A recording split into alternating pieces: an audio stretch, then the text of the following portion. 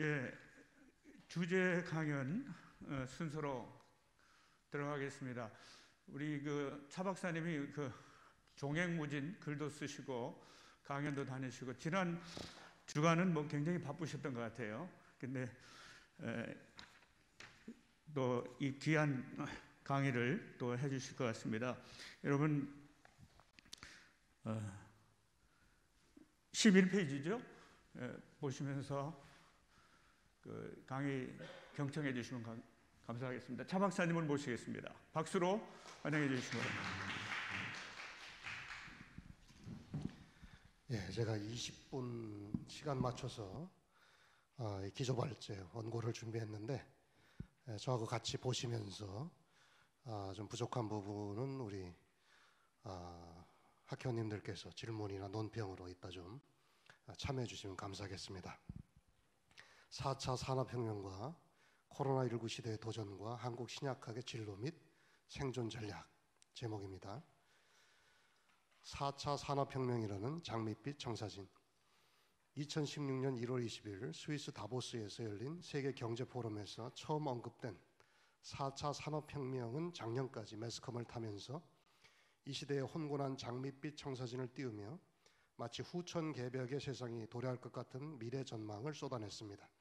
그도 그럴 것이 이 시대는 기존의 1, 2, 3차 산업혁명과 달리 지금 여기서 사람들이 원하는 형태로 모든 제품과 서비스가 즉각 제공될 수 있도록 기술을 개발하고 활용할 수 있으리라는 기대를 부추겼기 때문입니다. 지금도 여전히 이러한 기대는 현재 진행 중이라고 할 수 있습니다. 그 핵심 내용인 정보통신기술의 융합으로 혁명적인 기술 혁신을 견인하는 것인데 그 핵심 영역은 인공지능, 로봇공학, 사물인터넷, 무인 운송수단, 3D 인쇄, 나노기술 이런 것 등을 아우릅니다. 이러한 정보통신기술의 대대적인 혁신으로 이 세상에 미칠 영향과 특징적인 효과로 꼽히는 것은 초연결성, 초지능화 현상입니다. 요컨대 인간과 인간, 인간과 사물, 사물과 사물 사이의 연결성이 급격하게 증폭 심화되어 제조업, 서비스업, 공공서비스 영역 등의 산업구조의 지능화, 효율화가 극대화되고 고용구조와 일상적 삶의 질 등의 영역에 걸친 사회구조에도 자동화가 증대되어 편의성이 제고되는 동시에 고용인력의 탄력적 운용이라는 과제를 안기고 있습니다. 4차 산업혁명은 전기기관의 발명에 따른 18세기 후반의 동력혁명, 전기동력의 개발에 따른 19세기, 20세기 초의 자동화혁명, 전자기기와 정보통신의 발명에 따른 20세기 후반의 디지털혁명 등이 이뤄낸 성과를 단기간에 초월할 만한 테크놀로지의 진보에 가속도를 더할 공산이 큽니다. 그러나 우리는 4차 산업혁명의 도래가 띄운 미래의 청사진이 과연 낙관적인 결과로 귀착될 것인지 당연히 의심할 필요가 있습니다. 그것이 혹 장밋빛 청사진의 후광으로 냉혹한 인간 삶의 현실을 사장하거나 왜곡해온 측면은 없는가 하는 점도 깊이 따져봐야 할 것입니다. 이는 가령 단순히 인공지능과 로봇이 활성화돼 인간의 삶이 훨씬 더 편리해진 대신 인간의 일자리가 사라져 그 노동이 소외되는 문제에 국한되지 않습니다. 그것은 무한 생산과 무한 성장의 자본주의 이데올로기에 사로잡힌 테크놀로지의 영토 확장에 의미와 보람을 탐구하는 인문학 전반이 퇴출되거나 무기력해질 수 있는 현실에 대한 우려를 물론 포함합니다. 더 나아가 눈에 보이지 않는 하나님을 탐구하는 신학 일반과 2000년, 3000년 전에 생산된 책들에 대해 주석 달기 작업을 반복 재생하는 성서학이란 학문이 박물관에 골동품 취급받으며 모자라 소멸하거나 실질적인 생산성을 결여해 천덕꾸러기 취급받을 수 있는 머지않은 미래에 대한 고뇌 또한 그 연장선상에 있습니다. 더구나 오늘날 탐욕을 매개로 번성하는 자본제적 이코노미가 그 사상적 원형인 신약성서의 오이코노미아와 이로써 표상되는 하나님 나라의 경제에서 얼마나 아득하게 떨어져 나왔는지를 고려하면 이런 우리의 고민은 너무 지체되었습니다.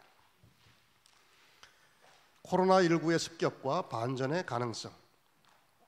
2020년 1월부터 현재 10월 말까지 이 지구촌의 분위기는 급반전의 위기 상황에 봉착한 조짐을 보이고 있습니다.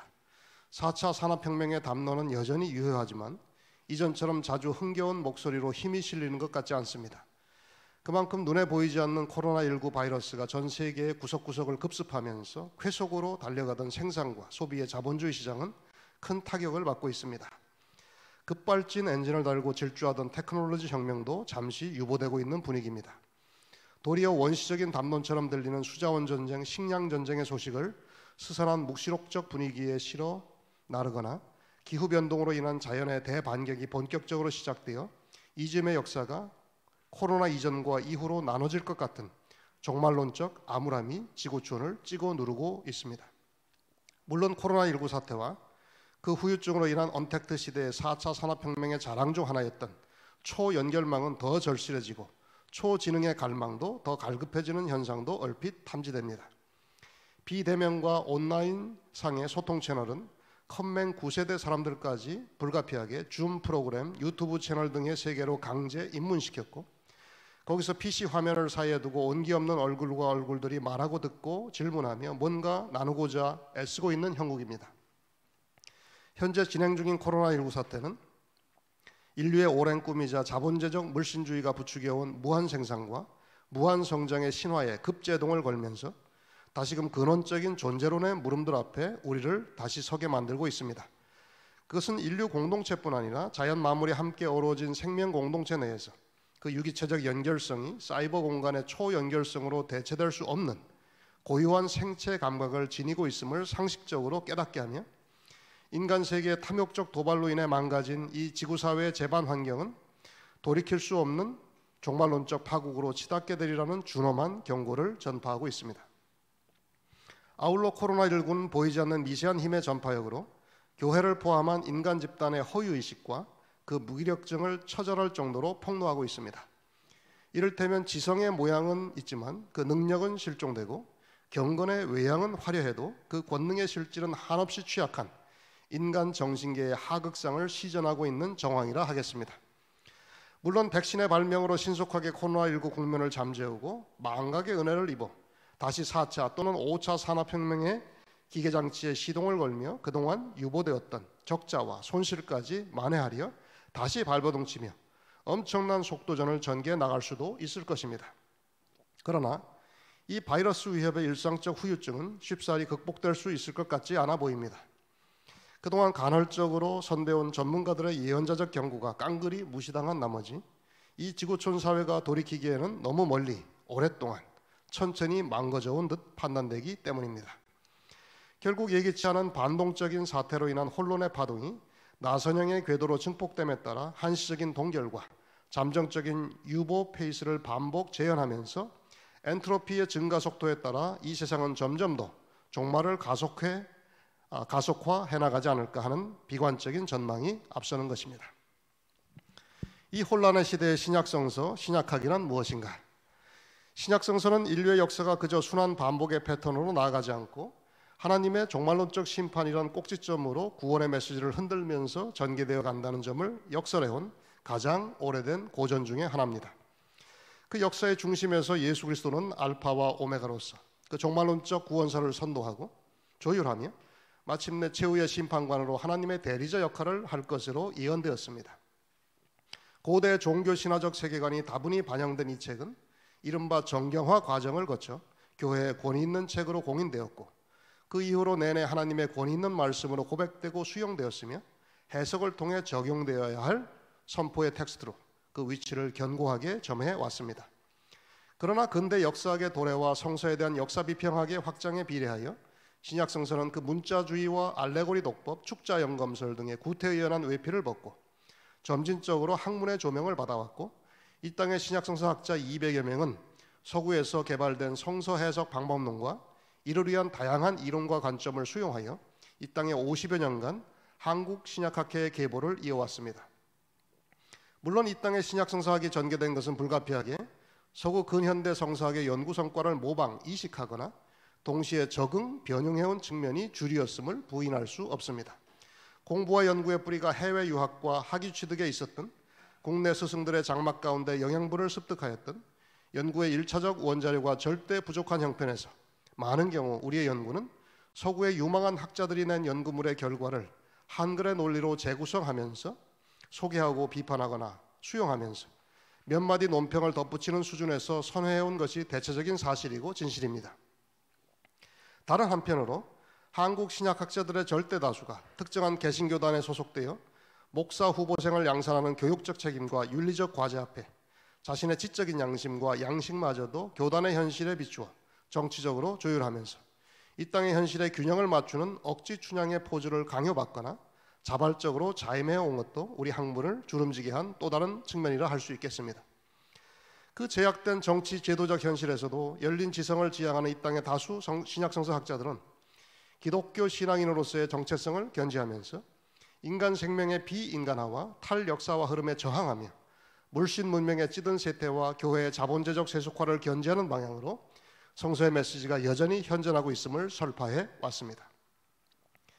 이제 한국 신약학 연구의 반세기를 넘어서면서 1차 자료를 더 많이 접하고 탄탄한 국제적 학문 감각으로 무정한 후속 세대의 학자들이 이 땅에 유입됨에 따라 우리는 그동안 반복해온 학문 연구의 패턴을 지속적으로 심화해 가면서 동시에 균열을 내어 지금 우리가 어디쯤 머물고 있고 어디로 가고 있는지, 그 궁극적인 귀결은 어떤 종말론적 목표와 충만의 결실을 예약하고 있는지 여러 겹으로 되물어야 할 시점에 이르렀다고 봅니다. 그것을 되묻는 방식이 충분히 비평적이려면 비평하는 주체를 그 무의식적 욕망까지 비평하는 자기 전복적이고 자기 해체적인 메타 비평의 전략을 수립하는 것이 필수적으로 보입니다. 가령 마르쿠스 아우렐리우스의 오래된 명상 어록을 비틀어 비유컨대 우리가 무대 위에서 신약성서를 가지고 그동안 열심히 연기해온 배우들이라면 우리를 그렇게 특정한 대본에 맞춰 연기하도록 연출하고 지시한 감독이 누구였는지 한꺼풀 더 벗겨 물어야 할 때가 되었다는 것입니다. 또 달리 전향적으로 비유하면 우리는 인형극의 꼭두각시 인형으로 보이지 않는 자막 뒤에서 우리의 얼굴과 사지를 움직이며 조종해온 좁은 무대에 유폐되지 말고 그 배후에 감추어진 인물로 도약하는 성서 해석학적 세계관의 전환을 앞당겨 구현하는 도전적인 과제를 안고 있다고 볼 수 있겠습니다.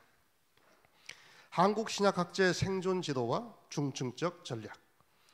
직업으로서의 학문의 측면을 고려할 때 한국 신약성서 학자들이 다른 여타 학문 분과에 소속된 사람들과 유달리 특이한 학문적 실존이 있는 것은 아닙니다. 그 학문 연구를 지속할 수 있는 제도적 기반과 생존의 근거로서 구체적인 자리가 필요하고 그 자리는 소득을 창출해야 합니다.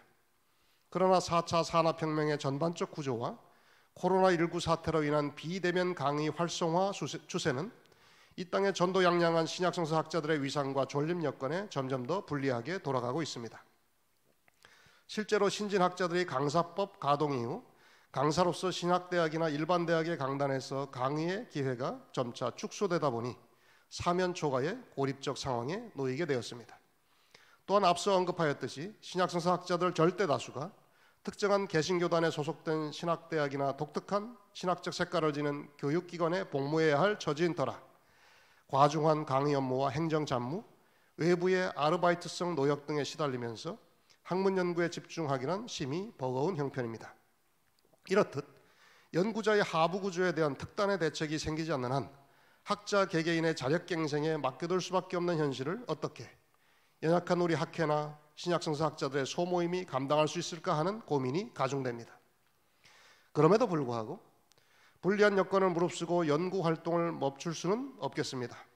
오히려 그렇게 창출한 신약성서 학자들 개개인의 지적인 담론이 개인의 자리와 소득으로 연계되도록 하는 기획이 가능하다면 이에 대한 전략적 담론의 개발과 그것을 대중적인 저변으로 확산시키려는 노력이 다각도로 필요해 보입니다.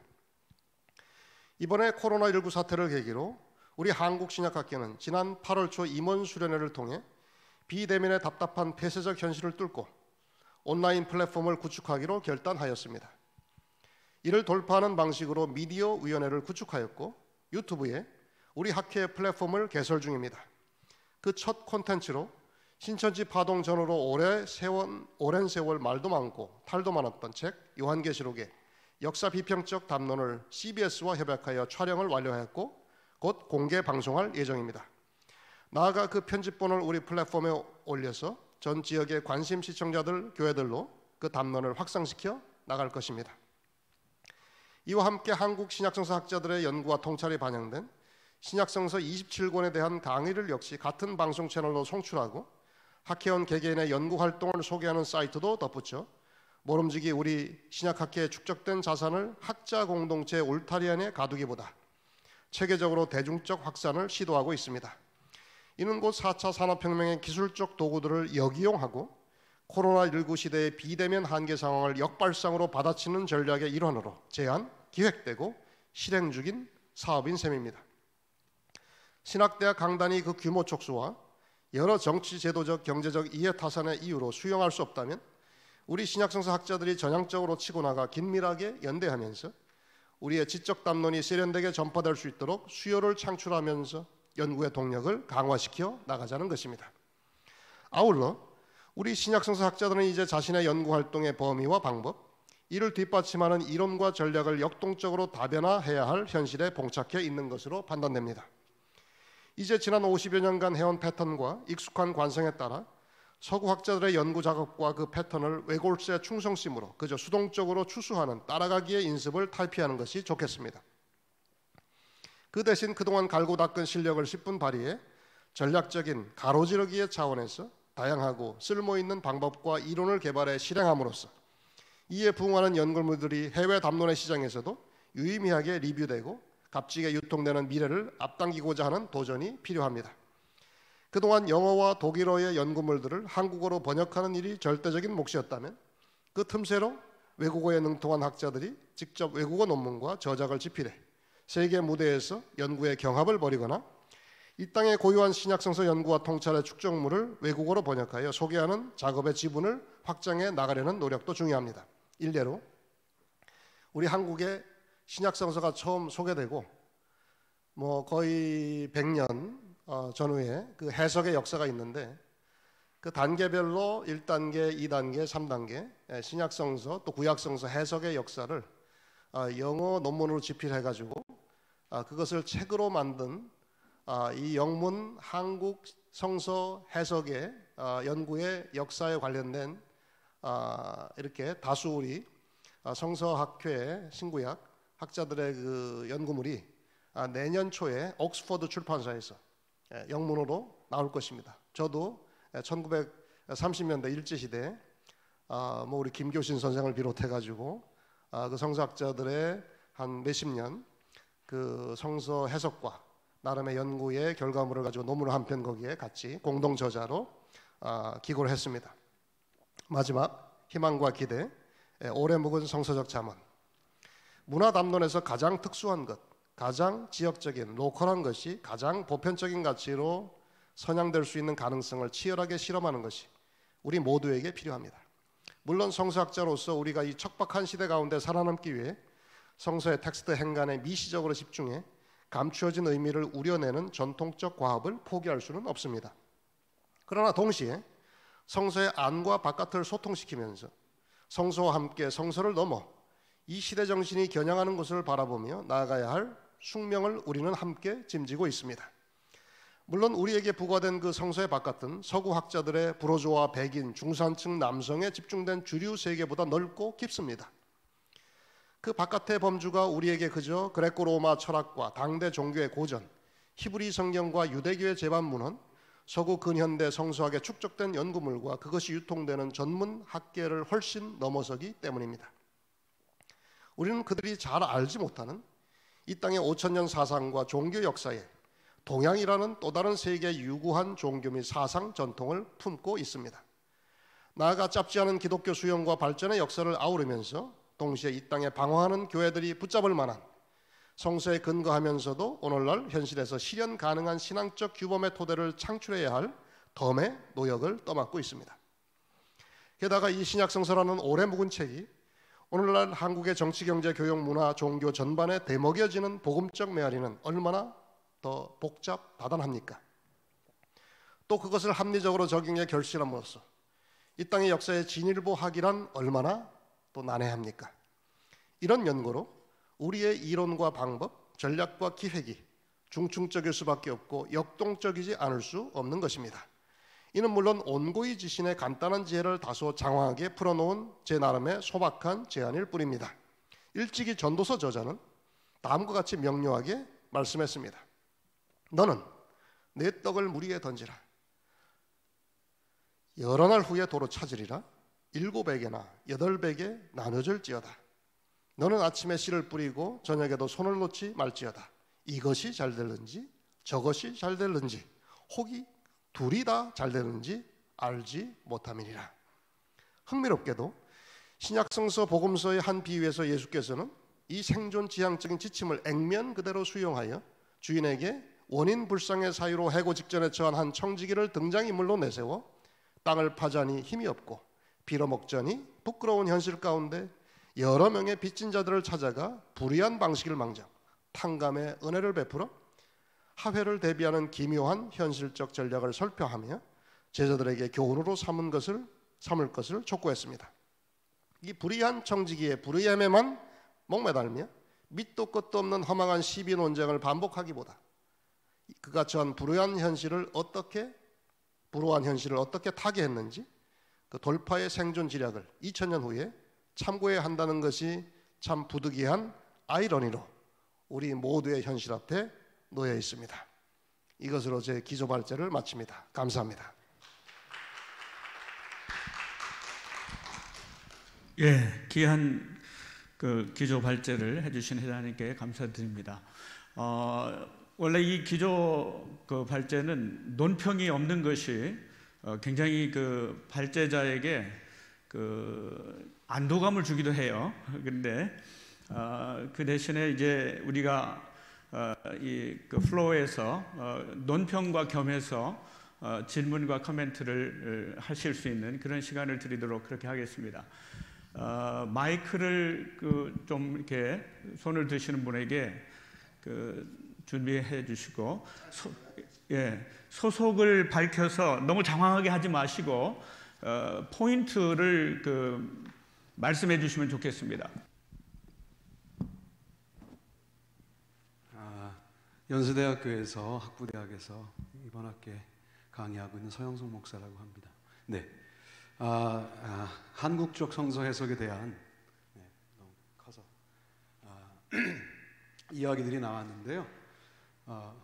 제가 볼 때 사실은 그 거대 담론으로 보이는 4차 산업혁명 같은 주제도 우리가 논의해야 하겠지만 어느 때는 김교신 세미나 뭐 이런 걸 좀 하면 좋겠어요. 유용모 세미나, 뭐 함석헌 세미나. 그래서 우리의 그 믿음의 선배들 중에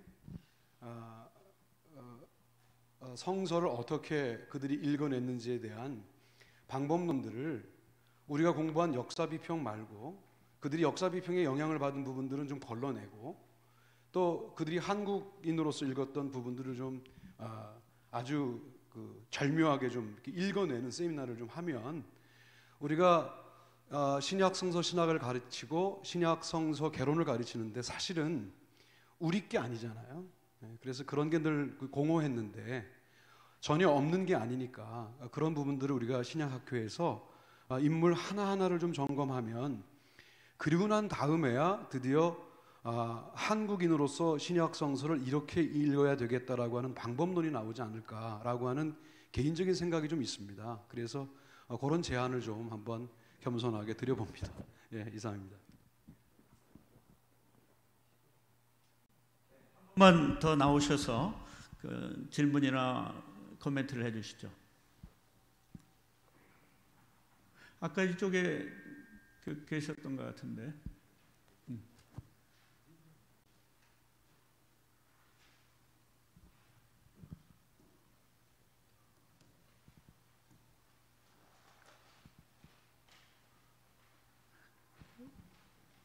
뭐 목사님의 입장에서 말씀을 하신 것 같은데 우리 뭐 안진수 목사님 뭐 멘트 하실 게 있으세요? 예, 그러면 어디 또 계신가요?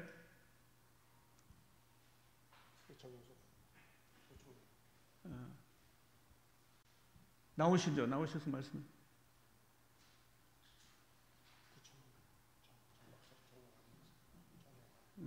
질문은? 그 부총무님 아까 뭐 하실 말씀? 예, 그러면은 그 뭐 말씀해 주시죠. 예. 전 조금 이렇게 좀 난상 토론이 됐으면 기대했는데 이 절제 미덕을 발휘하시면서 대체로 뭐 공감하신다는 뜻인지 하여튼 이렇게 좀 조용하신데 이 세 번째 질문과 논평에 대해서도 제가 공감을 합니다. 여러분 김교신 선생이 1930년대 산상수훈에 대한 주석서를 쓰셨어요. 히라버로 읽고 역사 비평학의 그 당대의 수준을 반영하면서 굉장히 정교하고 치밀한 21세기 지금 우리가 읽어도 참고할 만한 그런 수준의 주석서를 쓰셨어요. 근데 서양의 그 역사 비평학을 10분 반영했지만 동시에 이 동양 고전 또 세계 고전 다양한 그 고전 그레코로마 고전까지 활용하시면서 웬만한 그 현대 주석 못지않은 깊이 있는 통찰을 선보여 가지고 나름의 독창성이 있는 주석서로 좀 봤고, 저도 성서학자로 이 땅에서 24년간 지내면서 24년이 지나고서야 그런 주석이 있다는 사실을 알고 또 그 주석을 읽어보고 상당히 충격을 받았어요.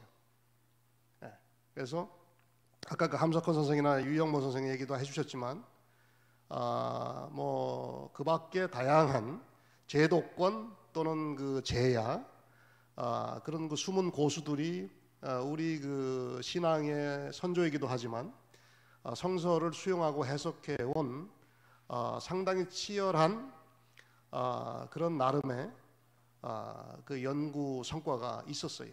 우리가 그것을 발굴하지 못하고 조명하지 못하고 깊이 공들여 읽지 못한 채 그렇게 이제 외면했기 때문에 그렇습니다. 그래서 이런 성서 해석의 그 국내적인 자생적인 전통. 근데 제가 그것만 강조한 게 아니에요. 우리 그 신약학계 신진학자들 중에 제가 최근에 논문 심사하면서 굉장히 그 신선한 자극과 함께 감동을 받았는데, 뭐 서구 그 1급 학술지에 투고하고 실려도 손색이 없을 정도로 그레코로마 그 원전을 히라버와 라틴어를 읽고 또 콩글리시가 아닌 탁월한 A급 영어 장문 실력을 동원해 가지고 쓴 뛰어난 논문들이 우리 학회원들 중에 나오고 있다는 거예요. 그래서 제가 후생이 참 가외다. 저는 여전히 28 청춘으로 알고 살아왔는데 나도 이제 9세대가 되어가고 우리 그 보다 참신하고 보다 뛰어난 실력을 가진 우리 후배 학자들께 우리의 자리를 이제 물려줘야 될 때가 됐겠구나. 그래서 세계 무대에 경합하면서 이런 거 훌륭한 우리 신진 학자들이 올라오고 있어요. 그래서 이런 분들 세계 무대에서 경합하고 또 우리 국내 자생적인 연구 정통도 개발하고 또 우리가 해온 한글의 신약학 학문에 축적된 결과를 외국어로 번역해서 소개하고, 그래서 아마 내년 봄에 되면 옥스퍼드 출판사에 나오는 그 책으로 아마 서양 학자들도 김교신 선생, 뭐 함석헌 선생 이름도 들어보고 아마 이런 정도의 그 성서 해석을 이미 뭐 80년 전, 90년 전에 했구나, 그런 것을 소개할 수 있는 기회도 생길 겁니다. 우리가 같이 이렇게 다방면으로 중층적으로 다층적으로 다포석을 두면서 약진해 나가야 하지 않을까, 그런 뜻에서 우리 박사님 말씀하신 그 의견, 그 논평에 전적으로 수긍하고 동의합니다. 예. 네, 귀한 발표와 또 그 좀 그 충격적이기도 했었지만은 여러분의 그 반응과 좋은 시간이었던 것 같습니다. 그래서 우리 신약 학회가 앞으로 어떤 전망을 가지고 나가야 될지에 대해서도 그 생각해보는 귀한 시간이 됐던 것 같습니다. 다시 한번 우리 그 발표하신 차정식 박사님께 감사의 박수 한번 하고 마치도록 하겠습니다.